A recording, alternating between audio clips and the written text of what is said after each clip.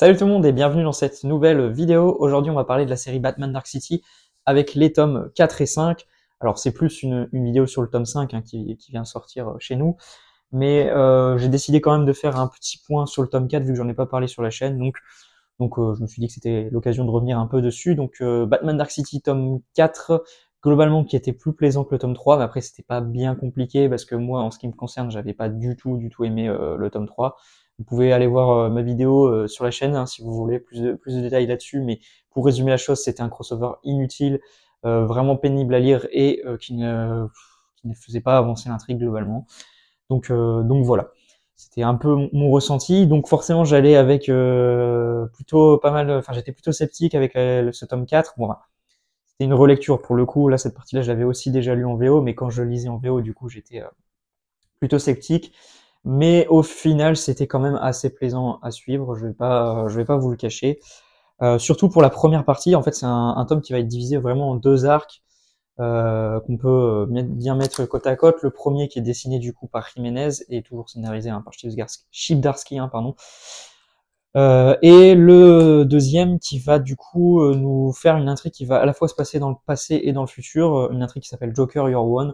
Bon voilà, pas le titre le plus original, clairement, mais écoutez, mais qui quand même du coup crée un peu une curiosité quoi, et qui sera dessiné pour les parties, enfin c'est un arc qui se passe à la fois dans le passé et dans le futur, je sais pas si je l'ai déjà dit, et qui sera dessiné du coup pour les segments dans le passé par Giuseppe Camuncoli et dans le futur par Andrea Sorrentino. Donc j'ai une préférence clairement pour la première partie qui est plus intéressante, avec une ambiance vraiment intéressante et bien pesante, avec un affrontement entre Batman et le Joker plutôt stylé. Bon, c'est surtout pas mal aidé par les planches de Jiménez qui sont absolument incroyables. Voilà. Regardez-moi par exemple cette case bien stylée. Il y en a aussi une que j'aime beaucoup avec le Joker sur une espèce de fauteuil. Voilà. Donc franchement, voilà, un premier arc plutôt très cool, mais en même temps qui fait pas trop avancer l'histoire là aussi. C'est un peu dommage parce que déjà le tome 3, je trouvais racontait pas grand-chose, et là du coup, bah, c'est un peu le même constat, on n'avance pas beaucoup, et ce ressenti va pas être aidé du coup avec le deuxième arc, donc Joker Your One, où c'est pareil, on met encore l'intrigue en cours pour se concentrer sur le Joker pour un arc, là pour le coup, j'ai pas trop aimé un niveau scénario. Ce qui m'a plutôt plu, c'est que tout ce qui va se passer dans le passé, on revient dans le contexte de l'an 0, qui est moi un arc que j'aime beaucoup, de Scott Snyder et Greg Capullo qu'ils ont fait durant l'arc des New 52. Après, ce que je suis pas hyper fan, c'est que Chip Zdarsky essaye de lier absolument l'histoire du Joker à son run et à l'histoire qu'il a pu faire donc dans un récit qui s'appelait Batman the Night en VF chez nous. Sauf que, à mon sens, c'est loin d'être un classique. C'est un récit qui était sympa, mais pas non plus fou, je trouve. Et qu'en plus, voilà, l'idée qui va vraiment raconter avec cet arc Joker Year One, c'est d'essayer de mêler les espèces de disciples que Bruce Wayne a rencontrés pour son apprentissage à l'histoire du Joker. J'en dis pas plus. Mais franchement, je trouve l'idée pas folle, et dans l'exécution, voilà, c'est hyper poussif et j'ai pas trop aimé. Ce qui est plus intéressant au niveau scénario, c'est tous les segments qui vont se passer dans le futur, où on est dans une espèce de scénario post-apo où le Joker a un peu rendu tout Gotham complètement fou grâce à un virus auditif. Donc voilà, c'est un peu sympa à suivre. Il y a surtout au niveau de l'ambiance que j'ai bien aimé. Après, niveau dessin, donc c'est Andrea Sorrentino, c'est un art qui a fait un peu polémique parce que il a été pas mal soupçonné d'utiliser de l'IA pour faire certaines planches.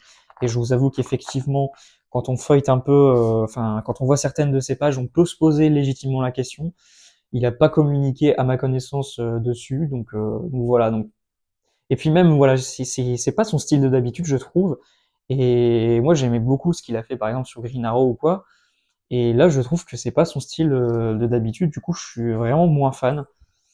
Donc ça m'a un peu déçu par contre pour la partie graphique de Sorrentino. Donc voilà, un tome 4 plus sympa que le tome 3 forcément, mais qui reste toujours assez inégal déjà au sein même du tome, et qui vient renforcer un peu ce côté décevant pour l'instant du run, qui commençait vraiment très bien. J'embraye maintenant sur le tome 5, avec cette magnifique couverture qui a été un peu retravaillée par Urban. Bon, comme souvent, je sais pas trop pourquoi. D'ailleurs, c'est pareil pour le tome 4, ils ont utilisé une planche plutôt qu'une couverture. J'aime pas quand ils font ça, et du coup, ça m'a un peu saoulé. Et là, la couverture, à la base, elle ressemble plus à ça. Voilà. Donc, je sais pas trop pourquoi ils ont fait ça. Après, j'avoue que l'effet est pas mal, ça donne un petit cachet à la couverture, mais bon, je trouve que ça aurait été aussi tout aussi bien, cela dit, sans ça. Bref, le tome 5, là, les choses avancent plus. Déjà, on est sur la confrontation finale entre Batman et le Batman de Zur-En-Arrh, qui va prendre une nouvelle apparence grâce à FakeSafe, qui était du coup le premier ennemi de l'arc, enfin du run de Childarsky. Donc là, enfin les choses bougent, ça avance pas mal, il y a pas mal de séquences plutôt cool. Et il y a aussi des passages que j'ai trouvé bien touchants, avec une scène qui m'a pas mal plu, où on retrouve enfin personnellement le Batman que j'aime aussi, et qui met un peu du coup, qui vient un peu balayer toute cette espèce de méfiance qu'il y avait vis-à-vis des membres de la Bat Family, etc. Et ce climat de tension entre les différents membres de la Bat Family. Donc on vient un peu, on va dire, remettre tout ça au placard, et c'est pas plus mal, j'ai trouvé, et ça donne lieu du coup à des scènes qui m'ont pas mal plu, je trouve. Euh, En plus de ça, donc on retrouve Jiménez. Après, je trouve que niveau de design, que ce soit du coup l'espèce de face-safe Zur-En-Arrh, et j'essaye de vous trouver une planche où on le voit bien, mais je ne trouve pas. Voilà. Donc que ce soit du coup ce vilain-là que je trouve le design pas fou, et pareil pour l'armure que Batman utilise à la fin du coup de l'arc. J'ai trouvé ça un peu too much avec le côté armure et tout. Bon, ça m'a pas hyper plu, mais bon, il y a quand même quelques cases où c'est plutôt, enfin, voilà, ça rend quand même assez bien, mais voilà, c'est pas les designs que je suis le plus fan. Donc ça c'est pour la partie graphique, mis à part voilà ces deux designs que je suis pas très très fan, ça reste quand même très très beau. Enfin c'est voilà, c'est Jiménez. Donc moi j'adore ce dessinateur. Toujours un trait plein d'énergie, avec des séquences d'action vraiment hyper stylées à suivre. Des fois il arrive aussi à se poser en nous faisant des cases et des pages vraiment stylées. Voilà, même si encore une fois je suis pas hyper fan du costume, la planche est quand même bien stylée. Donc là-dessus ça fait plaisir. Comme je vous dis, côté scénario intrigue, ça avance enfin. Il y a des moments en émotion qui sont vraiment bien. On vient un peu reconstruire tout ce qui avait été construit dans les tomes précédents, donc ça fait plaisir. Maintenant, je peux pas m'empêcher de me dire quand même un peu tout ça pour ça. Voilà, toute la grande histoire autour de FaceSafe et de Zur-En-Arrh, je trouve que ça aurait été trop long pour ce que ça raconte au final, et c'est un peu dommage. Maintenant, force est de constater que je pense que c'est le meilleur tome depuis le premier, en fait, tout simplement. C'est le plus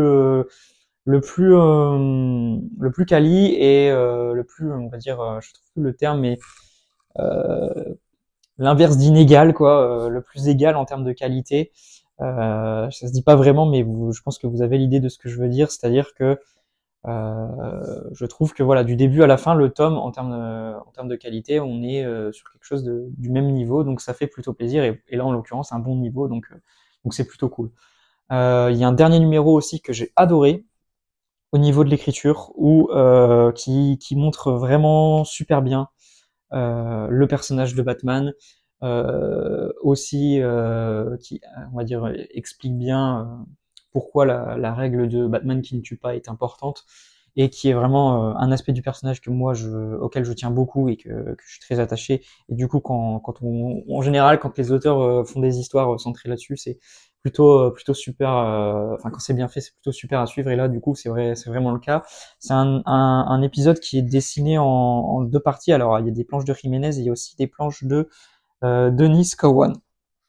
Donc, les deux dessinateurs sont vraiment très bons. C'est de registres totalement différents, donc du coup, ça matche pas très bien, mais ça reste quand même très plaisant graphiquement à suivre. Et pour un épisode spécial comme celui-ci, je trouve que ça fonctionne quand même plutôt bien. Donc voilà, super numéro, et je trouve que ça on va dire, conclut le tome d'une très belle manière, avec un petit chapitre un peu hors série, qui est vraiment très plaisant à suivre et qui me rappelle beaucoup un épisode dans le même esprit qui avait conclu le run de Scott Snyder et Greg Capullo, l'épisode 51 de leur run des New 52. Je trouve qu'il y a pas mal de petits éléments qui ont fait écho à cet épisode.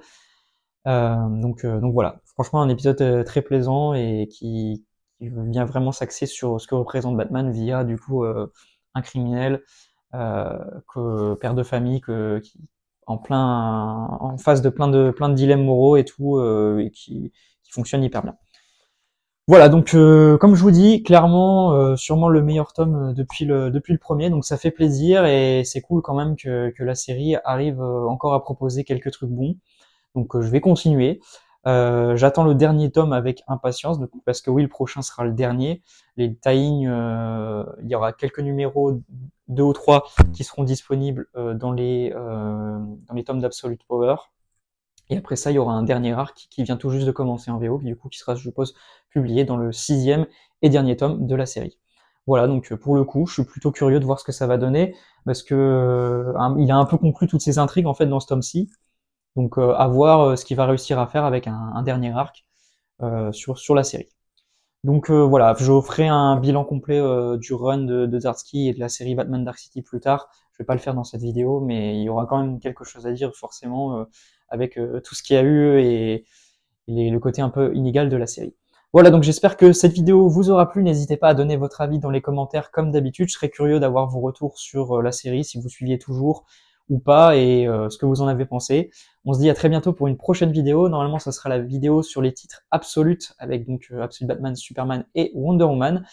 Donc d'ici là, prenez soin de vous. Salut tout le monde.